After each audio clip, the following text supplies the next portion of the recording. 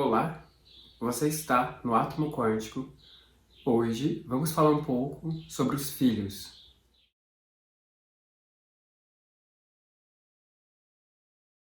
Vamos trazer algumas questões para começar. Primeiramente, a base que eu tenho particularmente é psicanalítica, então nós temos alguma noção nesse aspecto. Lembre-se que aqui nós vamos compartilhar opiniões em decorrência daquilo que aprendemos, daquilo que vivemos, daquilo que observamos. Nós encorajamos vocês a procurarem um profissional caso vocês estejam precisando de ajuda psicológica e qualquer outra do gênero. Tudo bem?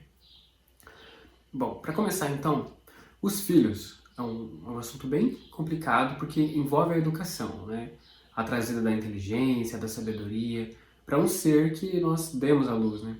Veja que essa questão de dar à luz é bem interessante porque dá a entender no primeiro momento que nós damos à luz a alguém. Mas na verdade nós damos luz ao corpo, o corpo físico. Então ele é gerado dentro do útero e quando chega o momento propício, decidido pela natureza, um espírito encarna dentro desse corpo físico. Então nós oferecemos um corpo à luz. Entende isso? Beleza. Para começar então, nós trazemos alguns aspectos falando dos setênios, ou dos setenários, né? Existem algumas culturas, especialmente a egípcia, que acredita nesse aspecto dos setênios, que significa a cada 7 anos, traduzindo no nosso contexto, né? Então, toda a consciência, a cada 7 anos, há uma virada, onde ela reúne tudo aquilo que ela aprendeu durante os 7 anos e chega a um produto final. E ela recebe esse produto, onde muitas vezes nós traduzimos como dom. Então, na verdade, é um merecimento. E o setênio vira para o próximo setênio e a pessoa começa a aprender outras coisas. Nesse sentido, nós vemos que de 0 a 7 anos entra o corpo físico. Então seria conhecer o corpo físico, entender como ele funciona, andar, engatinhar, pegar as coisas, sentir as coisas. E no sentido energético, nós também entendemos que de 0 a 7 anos, a criança ela capta mais mamãe. Então, se a criança está apresentando algum distúrbio, algum problema, nós chegamos a conversar mais com a mãe para entender o que está acontecendo, porque ela está recebendo aquilo por ressonância. Quando é dos 7 anos, 7,5 aos 14 anos, ela está trabalhando a energia dela, a canalização da energia para ela conseguir estruturar as fases seguintes. E nessa fase, nessa faixa etária, nós vemos que ela está recebendo mais o inconsciente do papai. Então, qualquer problema que estiver acontecendo, nós procuramos entender o pai, para entender como podemos ajudar a criança nesse processo. Falando dessa questão, quando passa dos 14 até os 21, a consciência ela é imergida, ela é submetida ao plano emocional. Então o indivíduo começa a sentir várias emoções e começa então a ter a noção do que isso significa. Veja que é a fase da adolescência, da inconsequência, é aquela coisa muito instável, justamente pela consciência estar passando por esse processo. E depois dos 21 entra a maioridade. Algumas culturas acreditam que é 21 anos que marcam o início da maioridade, onde a consciência pode de fato ser responsável totalmente pelos seus próprios atos. E claro, nós temos os outros setênios que vão subindo, né? Mas nós trouxemos esse contexto para entender mais aquilo que está dentro de casa, que é mais essa faixa etária, né? Normalmente quando vai passando para os próximos, o indivíduo vai seguindo o seu próprio caminho. Nessa questão é interessante, quando nós falamos da ressonância, não a ressonância harmônica, mas a ressonância de ressoar, nós vemos que até os animais eles captam o que os tutores estão passando. Então se um animal quebra uma pata ou ele tem alguma doença, nós vamos conversar com o tutor para tentar entender o que está acontecendo. Porque nesses campos, pelo tutor, e no caso pai ou mãe, serem a figura parental, energeticamente falando, eles são o ponto central de onde a energia é concentrada. Então nós imaginamos o papai e a mamãe como o sol do sistema solar. As crianças abaixo dos 14, os animais domésticos, as plantas, a casa em si, elas sofrem influência desse centro. Então tudo o que acontece ao entorno, nós entendemos que é a consciência raiz que está passando por um problema. E falar isso é interessante porque durante algumas pesquisadas que nós demos sobre o assunto, para tentar trazer mais informação, nós vemos que existem a questão do extremo.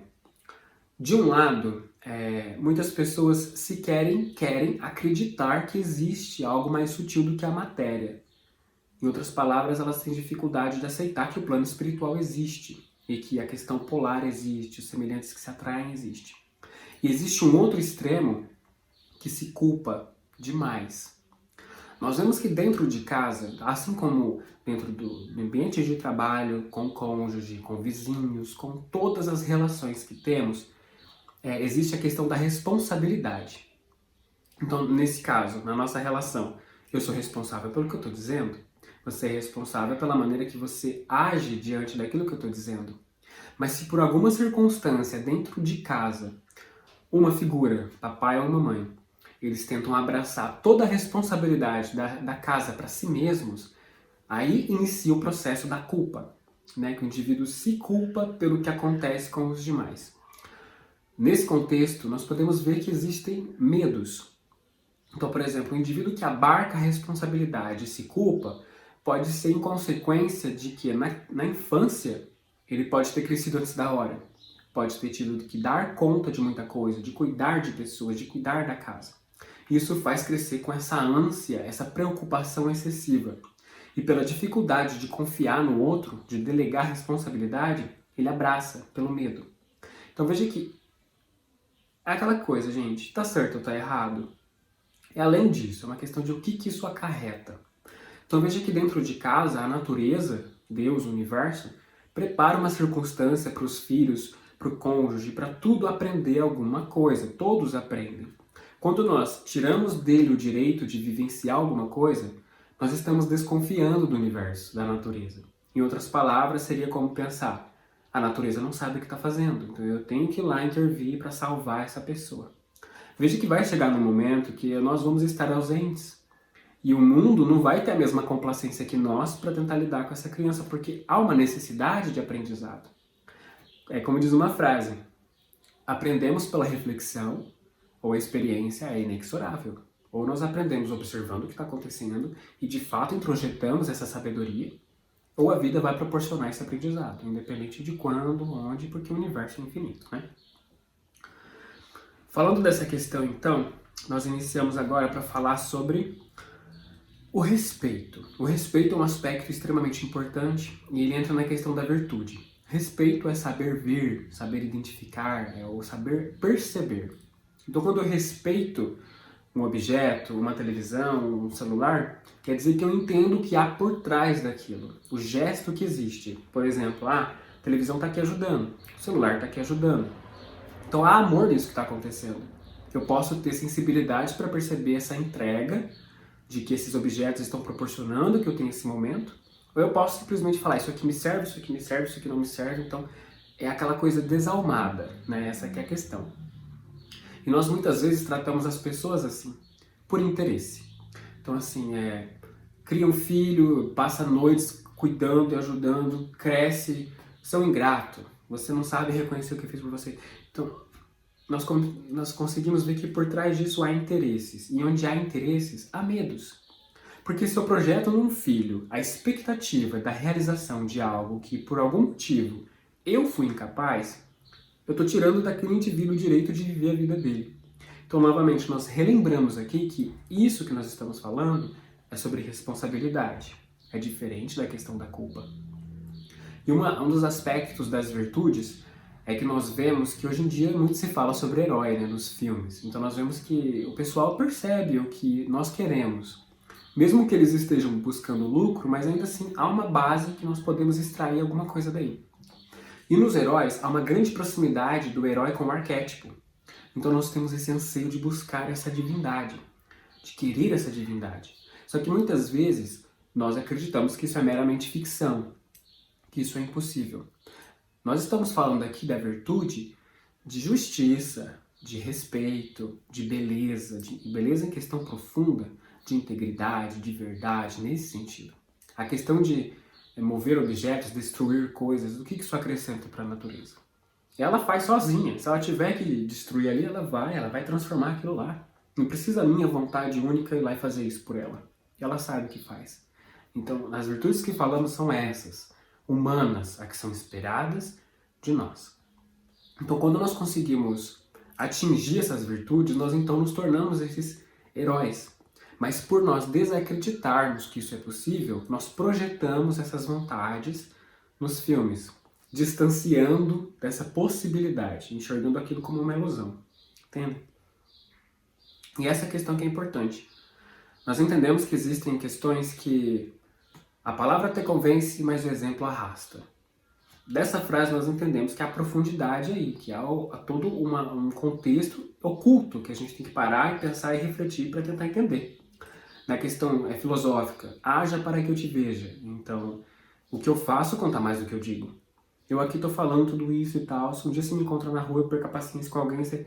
Ué, o que pesa mais é o que eu fiz. Eu tropecei na minha teoria, caí. Por despreparo, por falta de sabedoria diante das dificuldades da vida. E a questão dos filhos, isso entra totalmente. Eles se espelham nos pais. Se espelham porque são figuras de respeito. Sabemos que há a lei da projeção. Então, com isso, nós extraímos outros aprendizados, falando, por exemplo, do espelhamento na questão psicológica. Que quando nós estamos conversando com o indivíduo, nós conseguimos perceber que ele está seguindo a nossa linha de raciocínio quando ele se espelha em nós.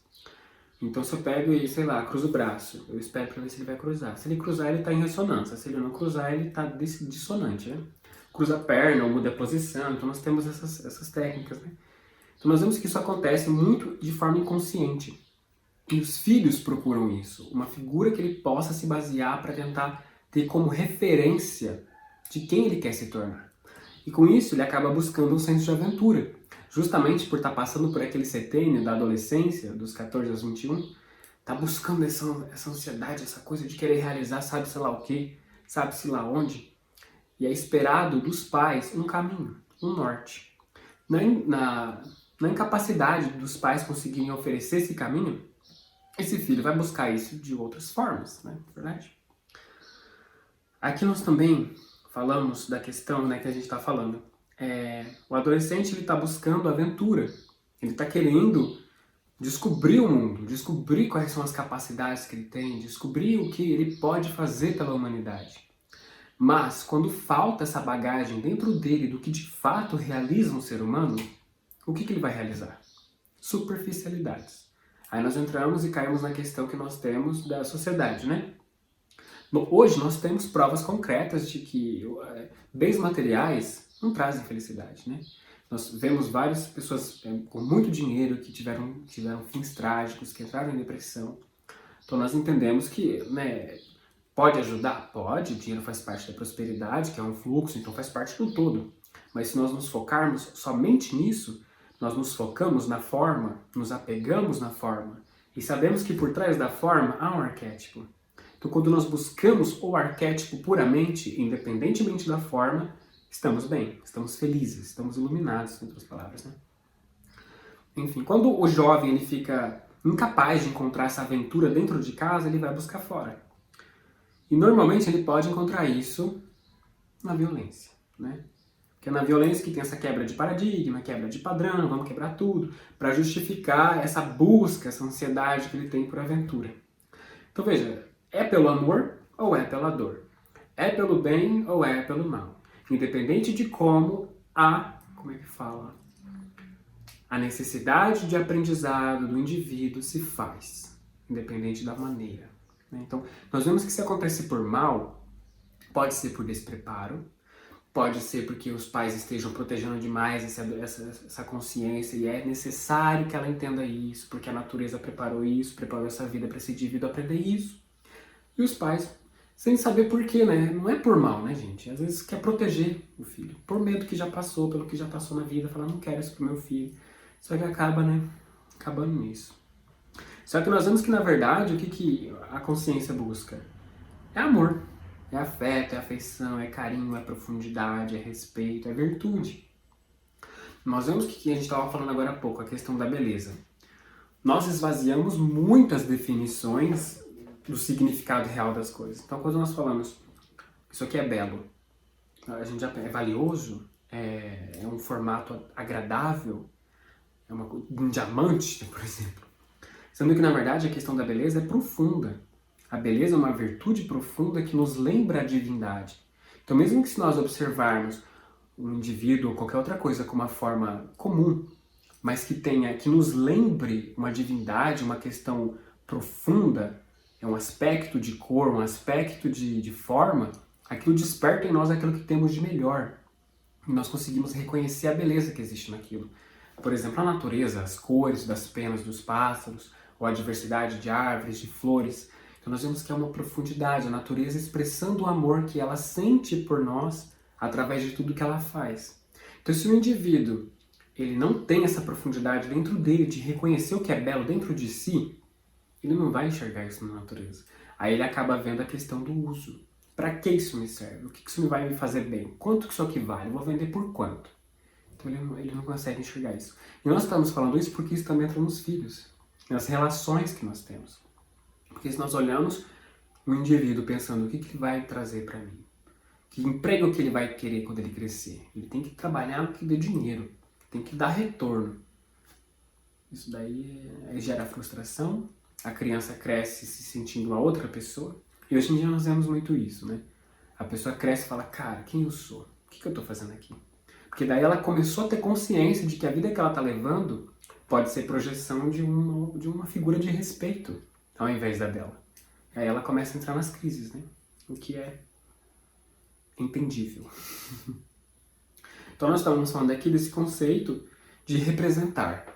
Que representar é ser o exemplo, né? Porque dentro de casa, as crianças que estão crescendo, elas não têm muita base do que está acontecendo, né? Por mais que nós tenhamos o nosso âmago, o nosso centro, a nossa centelha que tudo sabe, o nosso ego está aprendendo ainda. Então cabe a nós, os pais, seja dentro de casa, seja no ambiente de trabalho que a gente ensina alguém alguma coisa, de representar as virtudes através daquilo que nós fazemos.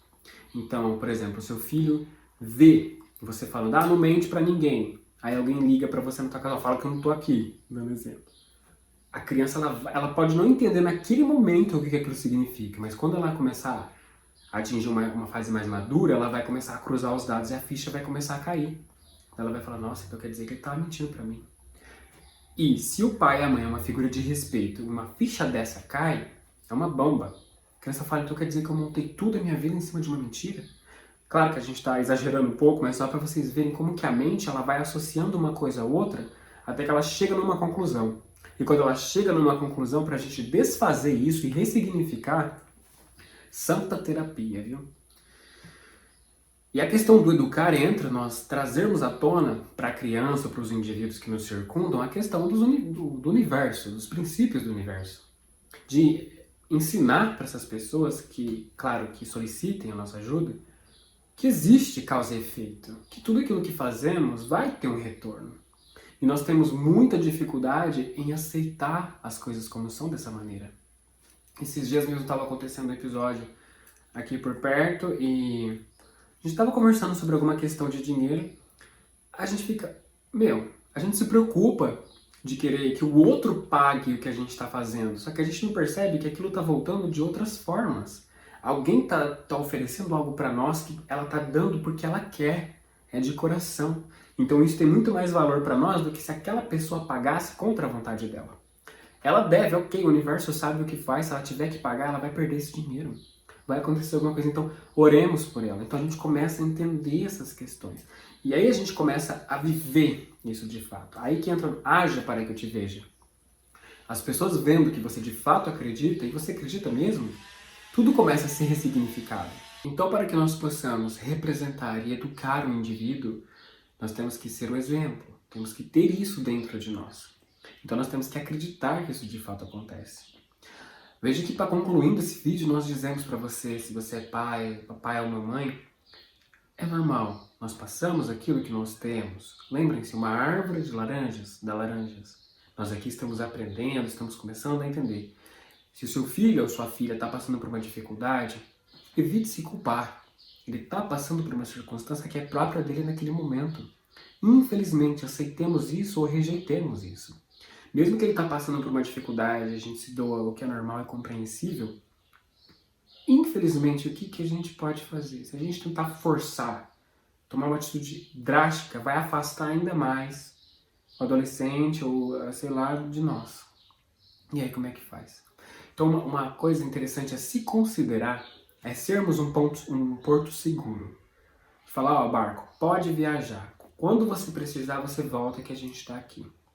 E a gente vai entendendo que quando a gente faz algo benevolente, a gente tem ajuda. Aparece alguém, uma ideia, uma circunstância, uma intuição, um sonho. Mas quando a gente quer fazer algo egoísta, a gente sempre está sozinho. Então, se o seu filho se sente sozinho, a gente já sabe que tem alguma coisa ali que precisa de atenção. Então, seja o exemplo, seja o porto, esteja ali. Precisa de ajuda? Posso fazer alguma coisa? No primeiro momento, o filho pode até estranhar a atitude e falar, ué, mas como assim? Então a gente vai criando um vínculo, uma amizade, aquela questão de pode contar comigo, se abra comigo, confie.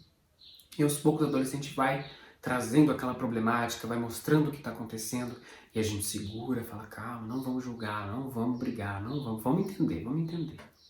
E à medida que nós vamos aceitando e aplicando amor, a pessoa começa a ver que o que eu fiz está feito, impossível mudar. O que pode ser feito é daqui para frente, levanta e ganha tempo, questão filosófica.